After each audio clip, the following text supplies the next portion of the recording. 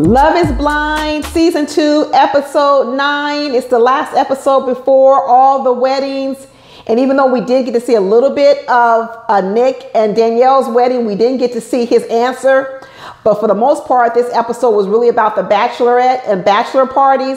And oh my goodness, it was such a good episode. I'm so excited about doing this review. So then we see Nick and Danielle, and we see at the end, we see their wedding. And at the end, we do see Danielle says yes at the wedding, but we don't see Nick's answer at the wedding. And I don't think Nick is going to say yes, because let me tell you, Danielle is batshit crazy. I don't even think Nick should say yes to Danielle. Danielle really tries to spin you around when she talks. She has this way of talking where she presents herself as the victim, even though sometimes she's the one starting the shit. Then she'll say that she's a victim, and the next thing you know, she's trying to get you to apologize to her, because then she plays the victim and starts crying and act like she's so insecure. That's the other thing that I understand about Danielle, is that I've never heard a person who is insecure walk around all the time talking about how insecure they are. I mean, a lot of insecure people, to most of the time, I'm saying, you know what? They don't know they're insecure. They insecure. But Danielle, what's so interesting is she always says, I'm insecure, I'm insecure, I'm insecure. And I figured out with Danielle, that's a way to get attention, because she does it to her friends, she does it to her family, she does it to Nick.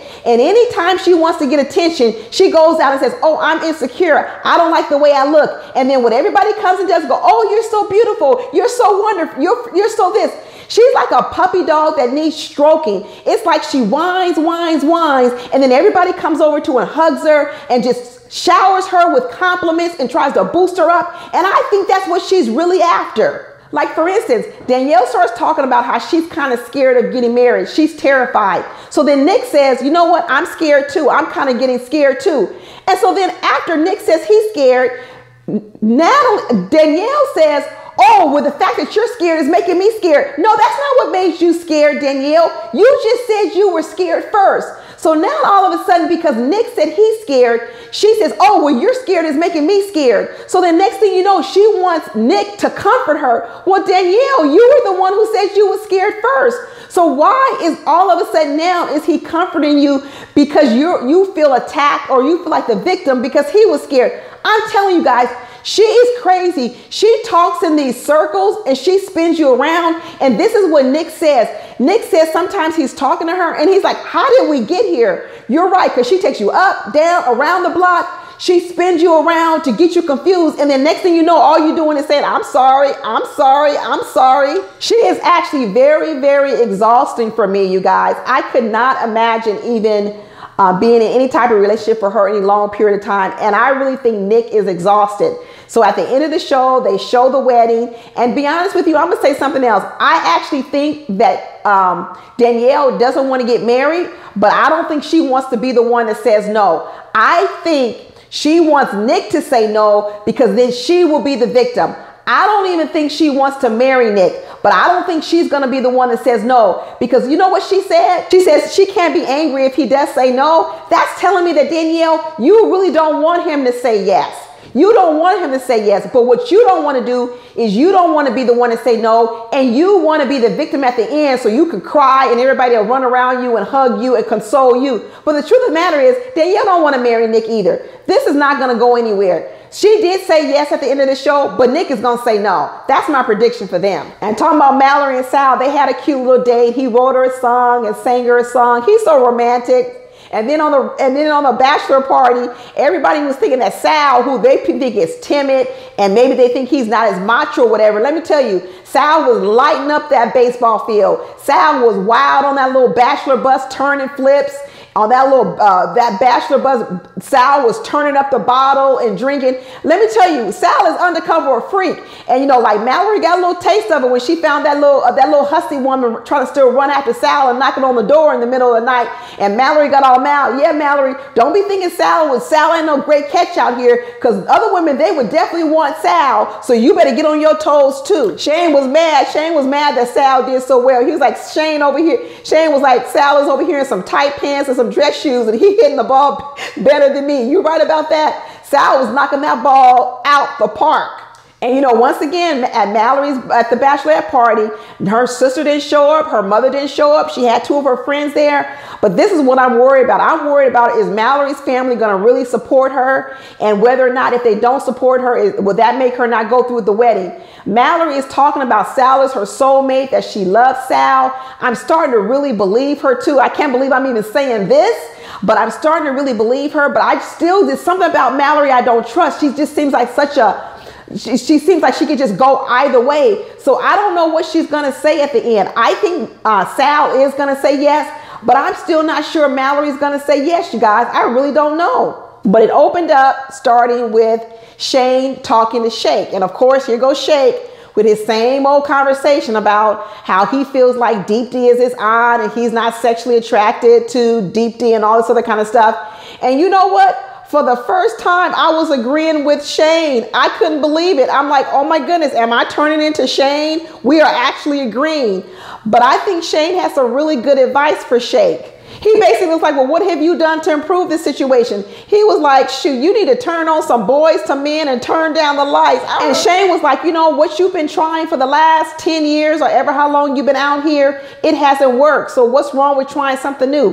That's what I say. Some people be trying the same old dating strategy for 10, 20, 30 years, and they don't want to try nothing new, even though their strategy ain't produced no results. I was Shayne. Try something new. So he ends up planning this massage, the couples massage for he and Deepti. They're going to eat some sushi and some other stuff. And he's just, he's pouring out his heart to her. He's got tears in his eyes, telling her how much, that he does love for her and care for her.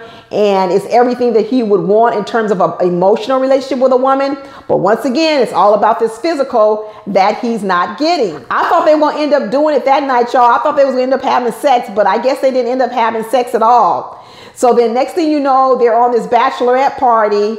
And Shake is at the Bachelorette party and having a good time. They end up going to Wrigley Field for the Bachelor party at Wrigley Field, which is actually it was kind of a cool Bachelor party. They actually got to go out on the field and hit the ball. So yeah, Shake was actually able to hit the ball a couple of times at Wrigley Field. So that was pretty good. And then when Deepti was at the Bachelorette party on the boat ride, on Lake Michigan, she was talking to Yana for a little while, and she was basically saying, you know what? She said something interesting. She was like, I guess he expects me to just wait around, almost as if Shake told her, hey, let's say no on decision day, but then let's continue to see each other and see if we can develop the more attraction part. And Deepti said, like, why should she have to do that? Why should she have to sit around and wait on him? And she said she's not doing it. But that was interesting because that told me what Shake is proposing is that he may want to say no on decision day, but then what he wants to do is continue to see Deepti, and then maybe if it grows, get married. And she said, no, I'm not going for that.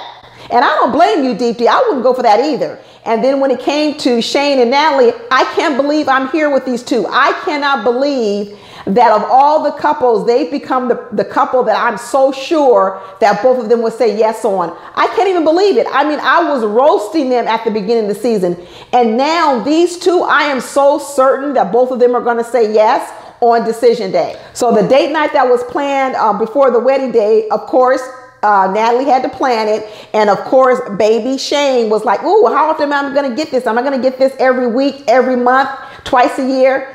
He's such a kid. He's like a kid you take out, and as soon as while you're giving them one gift, they're asking about the next gift coming up. He's such a kid, and Natalie was like, this is all you're gonna get. This is it. But it was a really romantic dinner, and Natalie better know what she's in store for. And what she's in store for is to stroke Shayne's ego 24 hours a day, 7 days a week. So she better start doing weight lifts on that arm, because that hand's going to be busy stroking him the whole time, because he absolutely needs it. And in fact, when they went on the Bachelor party to Wrigley Field, Shayne, who I guess even used to play baseball, couldn't hit one ball. And afterwards, he was so mad at himself. He was so angry. He was just frustrated like a little kid. I think he was embarrassed. I think, but that's all that energy that Shayne don't know how to focus. To play baseball, you got to know how to focus.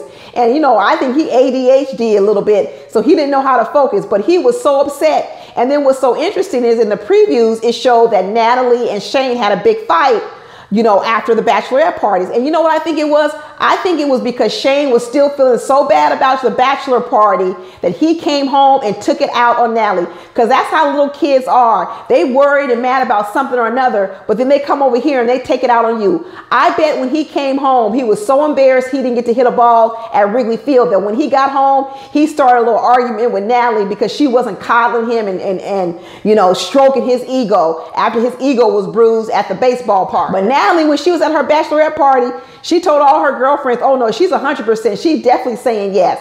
I mean, they really were saying some really sweet things to each other, talking about how, you know, their life is so different now. They love just coming home to each other. Even Shayne was talking about how, you know, he used to live for the weekends and then he would be miserable during the week because he would be alone and didn't have anyone.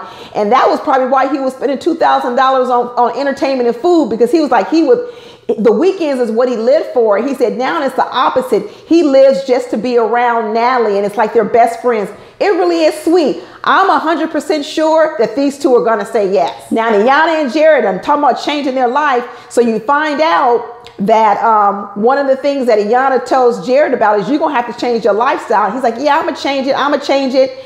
And so we find out a little bit more about how bad is Jarrette's lifestyle. So supposedly he went out 3 times in that week before without Iyanna. And we find out that he was coming in after 3 o'clock in the morning. Oh, hell no. My husband better not come home at that late, because if he comes home, the code on the door is going to be changed. He's going to be locked out. That's way too late to be coming home when you've been out by yourself. No, Jarrette. So I don't know if Jarrette's trying to think he's going to change once they're married, but Iyanna's like, no, I need to see the change now. I need to see the change now so that I can say yes on decision day. But Jarrette seems to think, no, I'm going to do what I'm doing now, but then after decision day, I'm going to change. Nah, Jarrette, you need to change now so she can see it. So at the bachelor party, Jarrette, you know, he was successful. He was hitting the ball. He did good at the baseball park. And he's talking to his friends and he brings up Mallory. He says he starts to talk about how he's happy he's with Iyanna because although they're opposites, which we know now, he's extroverted, she's introverted, he's saying he thinks it's a good balance.